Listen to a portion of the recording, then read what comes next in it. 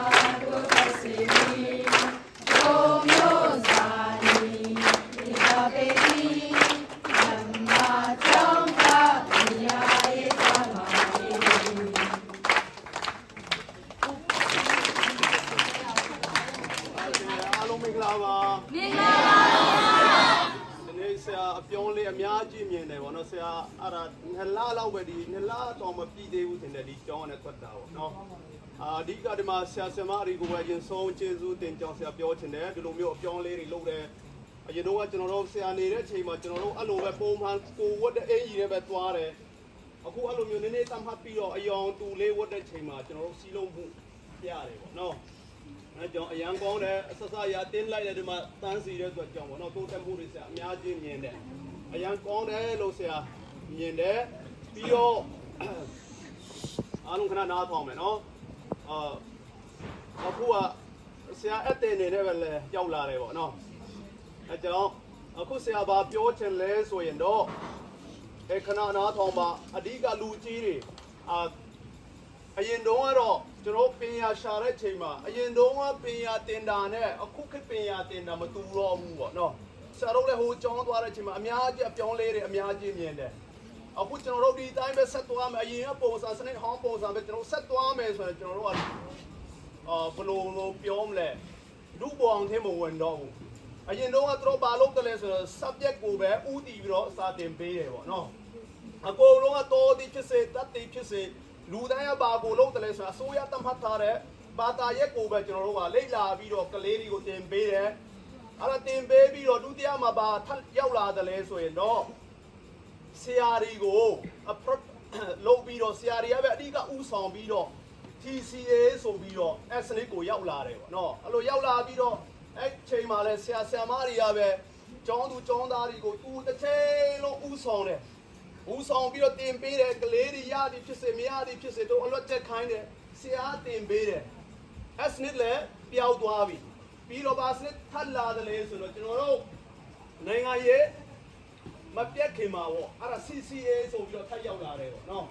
SCCA ဆိုတာဘာလဲဆိုတော့ကျွန်တော်တို့ကလေးတွေကိုကိုယ်တိုင်လုပ်ခိုင်းတယ်ကလေးတွေနဲ့လုပ်ခိုင်းပြီးတော့ဆရာဆရာမတွေနဲ့ပူးပေါင်းပြီးတော့ကလေးတွေရဲ့အမြင်တွေဆရာဆရာမအား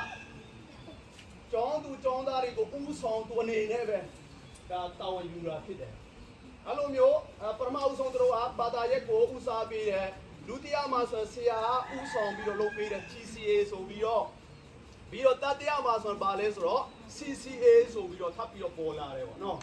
CCA ဆိုတာ2010အထိအဲ့နောက်ပိုင်းမှာဆိုဘာထပ်ပြီးတော့ပေါ်လာပြန်တယ်လဲဆိုတော့TCA ဆိုပြီးတော့technology နဲ့ဆိုင်ပြီးတော့နည်းပညာနဲ့ဆိုင်ပြီးတော့အဲ့လိုကဘာလုံးမှာတင်နေကြပြီဒါပေမဲ့ကျွန်တော်မြန်မာနိုင်ငံမှာဘာသုံးတယ်လဲဆိုတော့ချုပ်ကျောင်းနေမှာဆိုကျွန်တော်တို့ကဘာသာရပ်ကိုချိန်ခါနေဟာကျွန်တော်တို့သုံးသေးတယ်တချို့နေရာမှာဆိုဆရာပဲဥဆောင်ပြီးတော့ကလေးတွေကိုတင်ပေးတဲ့နေရာမှာကျွန်တော်တို့အကြံသေးတယ်တချို့နေရာမှာဆိုကျွန်တော်တို့က CCA ကလေးတွေနဲ့အဲ့လိုမျိုးတင်ယူတဲ့ဟာကိုပဲကျွန်တော်တို့ကလုပ်နေသေးတယ်သူများနဲ့ကဘာကိုကြည့်မယ်ဆိုတော့ဘာနဲ့စာတင်ပြီလဲဆိုတော့ textbook တွေနဲ့မတင်တော့ပဲနဲ့တို့ AI နဲ့ပြီးတော့ whiteboard တွေမသုံးတော့ပဲနဲ့တို့အမှသုံးတဲ့ TV system LED system နဲ့အကုန်လုံးသုံးနေကြတဲ့ချိန်မှာကျွန်တော်သူများတွေအလောက်ထိပညာရေးမှာခက်မိနေတဲ့အချိန်မှာကျွန်တော်တို့ကအခုကဒီလိုတိုင်းပဲကျွန်တော်တင်တယ်ပြီးတော့သားသမီးတို့ကလည်းကျွန်တော်တို့ကစာမကြိုးစားဘူးစလိမ့်လာမှုမရှိဘူးဆိုတော့ကျွန်တော်တို့ကဘယ်လောက်နောက်ကျကြမလဲဆိုတော့ဆရာဒီနေ့အသိပေးနေတယ်ပေါ့နော်အဲကြောင့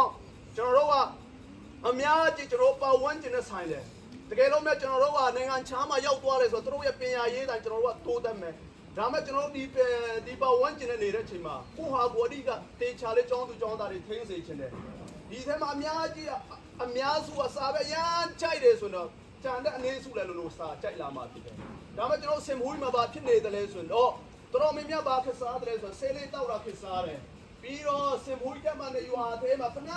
ကျောင်းပဲရက်ပဲမှာစာဖတ်တဲ့အချိန်မရှိပဲနဲ့အမြဲတမ်းကျောင်းသူကျောင်းသားတွေအဲ့လိုသွားနေတဲ့ချိန်မှာစာကြည့်ချင်တဲ့ကလေးတွေလည်းအဲ့မှာစာမကြည့်ချင်တော့အဲ့တော့ဘယ်တစ်ချိန်လုံးတို့လိုပဲအဲ့လိုမျိုးသွားချင်တာဖြစ်တယ်ပေါ့အဲ့ကြောင့်ကျွန်တော်အတီးတီးမှာဘာသာဝင်ရှိတယ်လဲဆိုရင်ကျွန်တော်ကိုဟာကိုပုံလုံးထိန်းချုပ်ဖို့လိုတယ်စာချိုက်တဲ့စာများဖတ်တဲ့ကျောင်းသူကျောင်းသားဖြစ်တော့ကျွန်တော်တို့ကကိုဟာကိုအတီးလုပ်ဖို့လိုတယ်ကျွန်တော်တို့ဒီမှာနေတဲ့ချိန်မှာယူဟာအရင်တော့မှတူပြီးမှရှိတဲ့ယူဟာတစ်ထဲမှာနေတယ်လို့မနေပဲနဲ့ကိုဟာကိုလေတေချာလေးကျွန်တော်တို့ကမီဇိုရမ်ရောက်နေပြီမီဇိုရီဘလို့လုပ်တယ်လဲမီဇိုရီစီမှာကျွန်တော်တို့က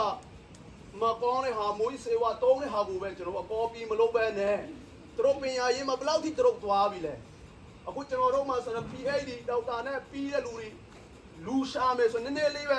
ဲရေတွက်လို့ရတယ်ဒါပေမဲ့မီဇိုရီမှာကျွန်တော်တို့က PhD ဆိုတာရိုက်တက်လို့မကုန်တော့ဘူးသူများနိုင်ငံမှာအလောက်ထိတိုးတက်နေတဲ့ချက်သူများအနေရနေတဲ့ချက်မှာကျွန်တော်တို့အမြဲတမ်းပါကော်ပီလုပ်တယ်လဲဆိုသူများဆိုးတဲ့ဟာတွေဆဲလေးတောက်တဲ့ဟာရက်တောက်တဲ့ဟာကော်ပီလုပ်မယ်ဆိုကျွန်တော်ပြန်တဲ့ချိန်မှာဘာမှလည်းပါသွားမှာမဟုတ်ဘူးအဲကြောင့်ဒီနေရာရောက်တဲ့ချိန်မှာကိုဟာကိုလေပြုတ်ပြင်ပြီးတော့အကောင်းဆုံးတင်ယူနိုင်အောင်ကိုဟာကိုတီးတီးမှာသာသမီအရောက်ချင်းစီတိုင်းမှာတာဝန်ရှိတယ်ဆိုတာကိုဆရာလေးကပြောချင်တယ်ပေါ့နော်အဲကြောင့်ကျွန်တော်စူးစမ်းကြမယ်အစအရာကျွန်တော်တို့ကတန်းနိုင်ဆုံးတင်ယူမယ်အခုကျွန်တော်တို့အပင်ရရေးအဖြစ်ပဲကျွန်တော်တို့ကကိုယ်နိုင်ငံကိုပြန်တည်ဆောက်လို့ရတာဖြစ်တယ်အခုကျွန်တော်တို့တီးတဲ့အတိုင်းပဲဘယ်မှစာမတင်ကြဘူးမြေပြင်မှာလည်းစာမတင်ကြတော့ဘူးတော်မြတ်စာတင်တဲ့လူရဲ့နေတယ်အဲ့လိုမျိုးနေရတဲ့အချိန်မှာပညာတတ်မရှိရင်ကျွန်တော်တို့နိုင်ငံကျွန်တော်ဘယ်လိုပြန်တည်ဆောက်လို့ရမလဲပေါ့နော်အဲကြောင့်ဒီမှာရှိတဲ့ကျောင်းသူကျောင်းသားတွေနံပါတ်1ကျွန်တော်တို့ဖျားကိုနံပါတ်1ထားမယ်ဒုတိယမှာဘာလုပ်မလဲဆိုတော့ကျွန်တော်အသက်နိုင်တဲ့လောက်ကျွန်တော်စာစူးစမ်းမှာဖြစ်တဲ့အင်္ဂလိပ်စာရနိုင်တဲ့လောက်ကျွန်တော်တို့ကလေ့လာမှာဖြစ်တယ်ကွန်ပျူတာရနိုင်တဲ့လောက်ကျွန်တော်တို့လေ့လာမှာဖြစ်တယ်ပြီးတော့ကိုယ့်ရဲ့ပညာရေးဆိုတာဘာလဲဆိုတော့ဟိုမှာကျွန်တော်တင်တာပညာရေးဆိုတော့လူတိုင်းကပညာရေးသူကပညာရေးကောင်းတယ်လို့ပြောရင်သူကဒီဂရီပဲတခါတည်းတမ်းမြင်တယ်သူဘယ်လောက်ပြီးပြီလဲဆိုတာပဲတမ်းမြင်တယ်အပညာရေးဆိုတော့ကျွန်တော်တို့ကလက်မှတ်တစ်ခုတည်းမဟုတ်ဘူးကျွန်တော်စရအောင်ကျွန်တော်ကျွမ်းကျင်မှုပေါ်ဒီကပြောချင်တာဖြစ်တယ်ပေါ့နော်အဲကြောင့်ခမည်းအပင်နေရာမှာကျွမ်းကျင်လဲခမည်းကျွမ်းကျင်တဲ့အရာအဖြစ်ခမည်းပတ်စံရှာလို့ရတယ်ပေါ့နော်အဲကြောင့်ဒီမှာကျောင်းတက်နေတဲ့အချိန်မှာအတန်းတိုင်းဆိုစာစူးစမ်းပြီးတော့ဒီမီဇိုရမ်နဲ့ refugee ဘဝနဲ့ကိုယ်နိုင်ငံပြန်သွားတဲ့အချိန်မှာကျွန်တော်ဘာလုပ်မလဲဘာဘွက်ယူမလဲဘယ်လိုနေမလဲဆိုတဲ့ကိုဟာကိုအင်းဒီမှန်ချက်လေးတွေထားပြီးတော့အကုန်လုံးစူးစမ်းသိချင်တယ်ပေါ့နော်ဆက်အနေနဲ့တော့ဒီလောက်ပဲအားလုံးကျေးဇူးတင်တယ်